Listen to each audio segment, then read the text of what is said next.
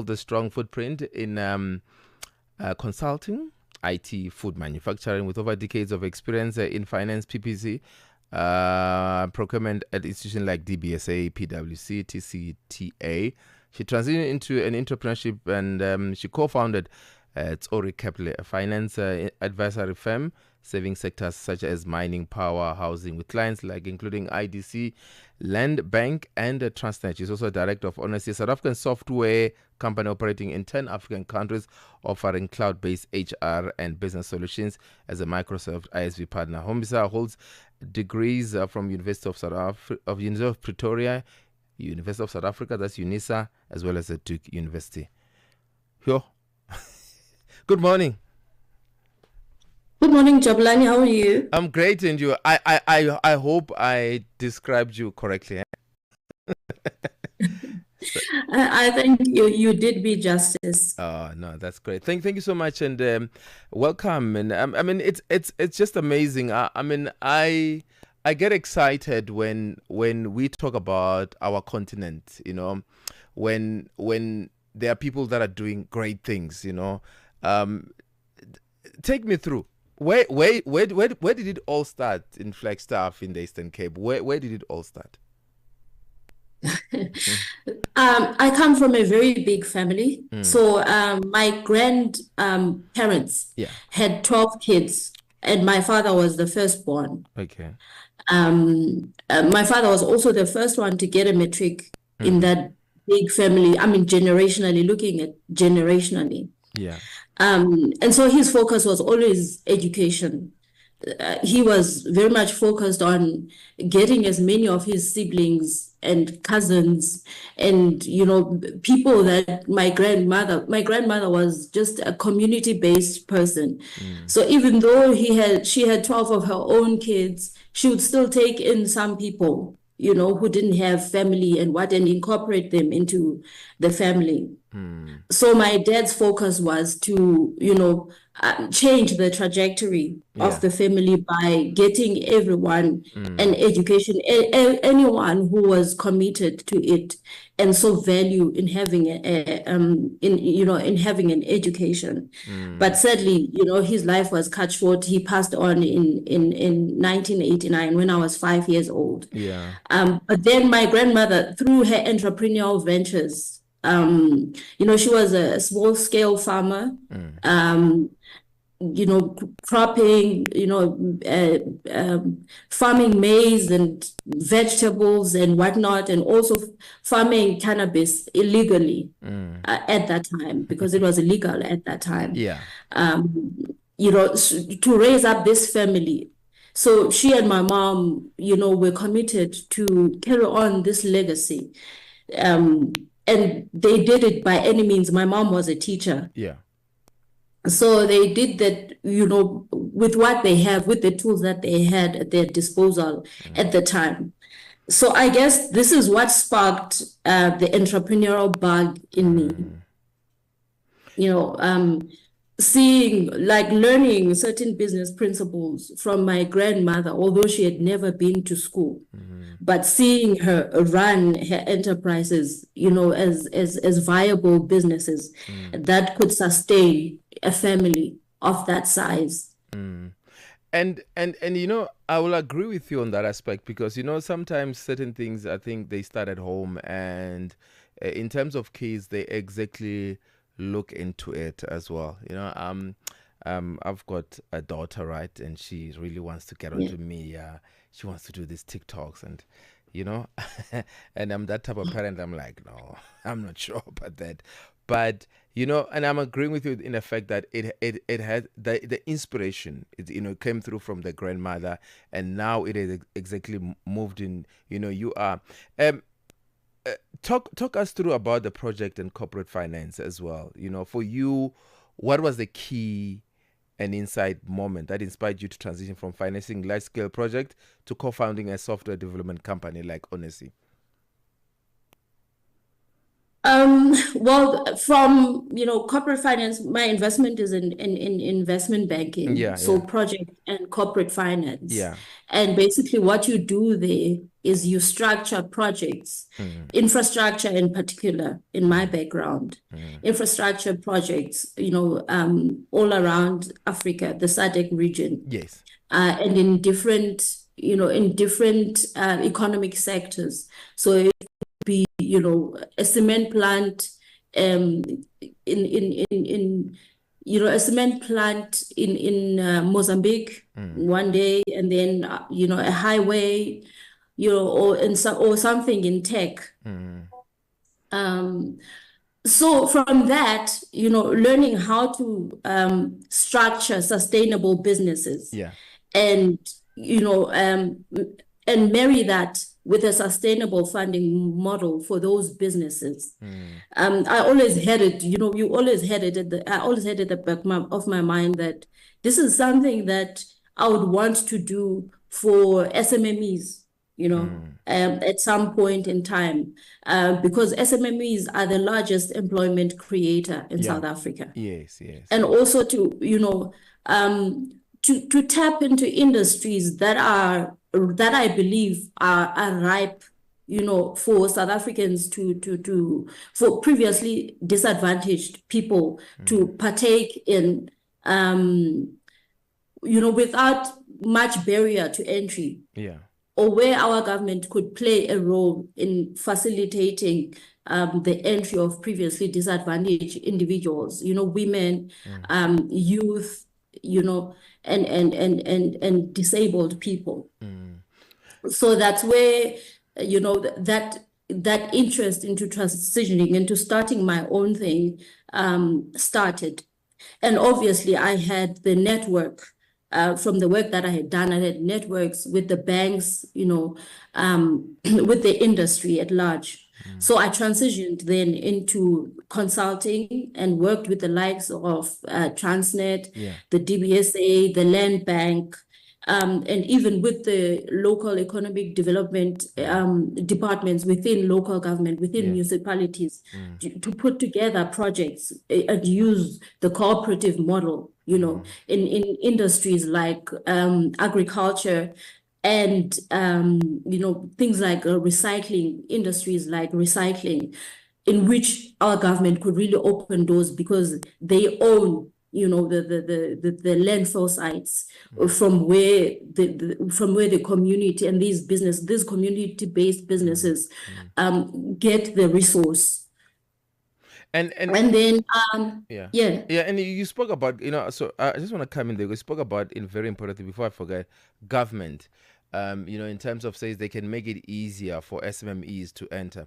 Now, w- is it through legislation or through well, first is through legislation, second is through funding, because funding is very important. They can do the government can assist with legislation, but where do you get that money to be able to do that? How do you see government involvement on that aspect? Well, government's role is truly to facilitate in business. Mm, The government doesn't need to meddle in the private sector. yeah. So legislation, number one, and secondly, funding, as you have rightly pointed it out. Mm, What I find in South Africa is that there's a lot of funding available, but then our credit model mm, is very outdated mm, because there's still a lot of need for collateral. There's still a lot of need for a track record, which most of our entrepreneurs in the SMME space do not have. So you find that the funding, they're not funding the business on its own, but they are funding a historical a track record, of the entrepreneur, which in most cases, in the space of SMMEs, is mm, not available. mm, Yes. yeah. So there needs to be a relook in our credit model in order to facilitate, Mm, SMMEs, a meaningful role of SMMEs, of people who are playing in the SMME space. I mean, I think technology as well will play a huge role. Yeah. Not long ago, I went to China. Yeah. And you find that street vendors in China do not use cash. They have the QR code, which you can scan with your phone and buy produce. And that is a transaction which then establishes, the track record of how this entrepreneur has been running their business, which could be used, by a financier, even the state-owned entities, like, the likes of the DBSA, the Land Bank, CIFA, to establish, the financial discipline or efficacy of this business. My guest this beautiful morning right here on Tech Africa, it's Hombisa Mbokotho. We are talking more about in terms of a journey. I mean, I'm very interested, but I also want, when we come back, I really want us to delve in quite a bit, in terms of the tech, in terms of, her involvement with Microsoft. I'm really looking forward to that conversation. It is 11:40 Central African time. Good morning. Africa, meet Abedi. Yeah, that's me. Abedi is a music lover through and through. I really love African music. He's got a taste for all kinds of tunes and spends his days listening to Channel Africa. Guess what? He didn't know. Okay. Channel Africa wants to help Abedi and all music lovers everywhere to discover even more incredible music. That is why Channel Africa is calling on all African musicians to submit their music. Musicians, remember to give us all your relevant information. Make your submissions at music@channelafrica.co.za. Submissions are your chance to be heard on radio. But sadly, they do not guarantee that you will be playlisted. All submissions will be carefully reviewed to see if they meet our station's requirement. Channel Africa, the African perspective. Tech Africa, the African perspective. It's 11:41 Central African time. Thank you so much for joining us on this beautiful morning. We're still chatting to our guest, Hombisa Mbokotho there. And, just to find out, I mean, as a co-founder of both finance advisory firm, Tori Capital, and a tech company, honestly, you have a very unique perspective on the tech industry. How does a strong financial background give you a competitive edge when building and scaling a tech business? Because I want us to focus on tech. How does that give you that? I mean, in terms of your background, where you've come from, DBSA, you've worked on, Transnet, how does that gives you that?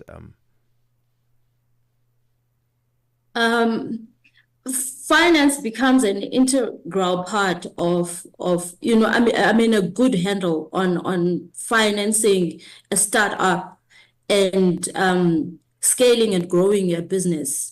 Becomes a good foundation that you need to have in order to build any business, whether it's in tech or in any industry. But what I would say is, in my case, having that strong financial background helped, number one, with the fact that our business is self-funded. We were not able to raise funding, for the development part of the business. So when we started out, so we are self-funded. So it requires a lot of discipline in the early stages of building the business, in terms of, for example, making sure that when you have gotten paid by, a client, that you have those reserves in order to make sure that you can pay your developers, keep the lights on, basically, for the next 6 months. So to keep on reinvesting in the business until the business is profitable. And also, to invest money in building visibility, marketing the business and putting the business out there.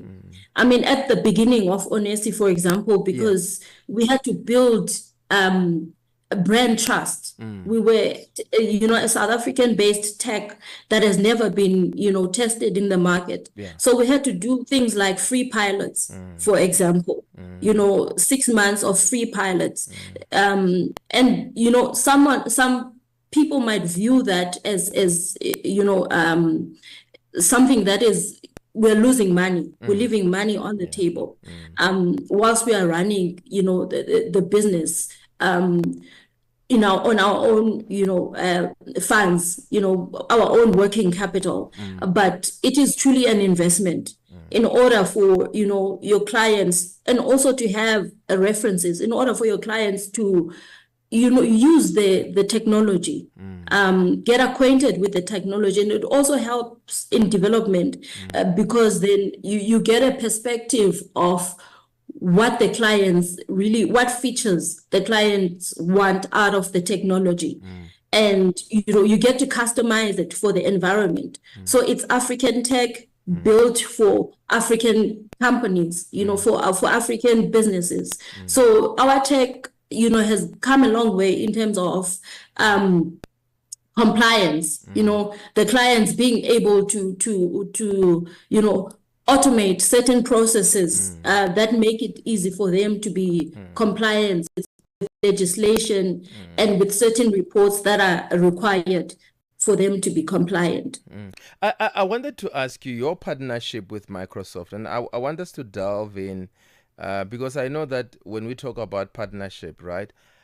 Are you guys getting value? Because I know, because whenever you've got a partnership with these big companies, we don't want a situation where you don't really make that much. They take a big chunk. If they want, they're looking for argument's sake, a cloud-based solution. What is it? Are we getting to a point where you are able to make something?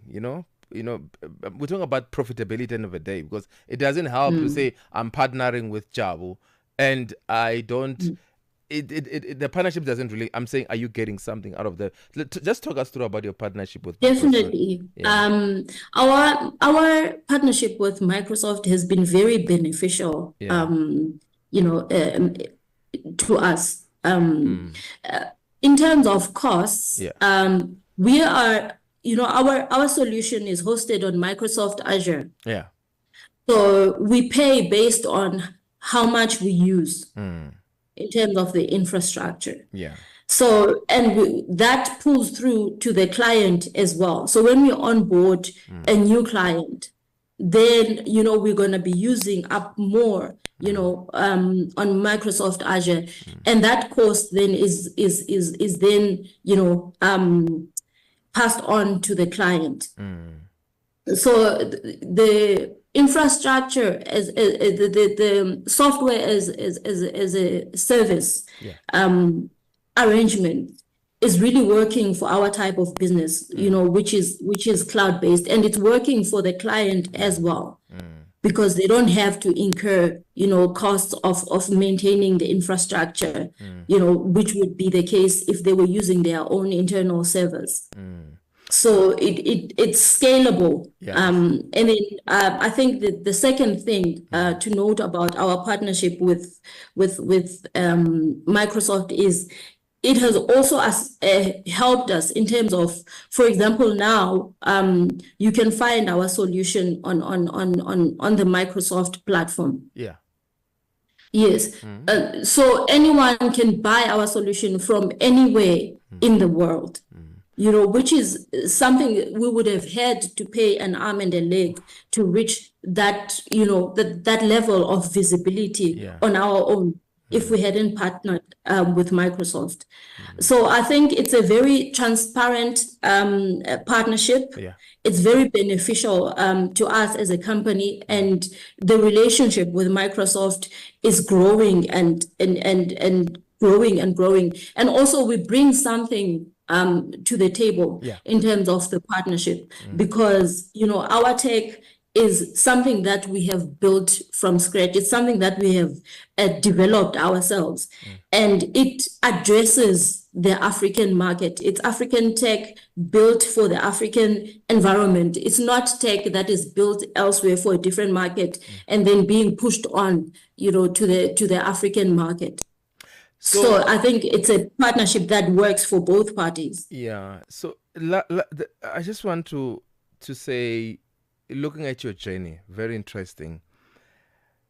What's your belief, especially when it comes to biggest opportunities? I mean, for young South African tech entrepreneurs, especially for those who are coming from, disadvantaged backgrounds like yours. How do they create? How do they make sure that they become innovative?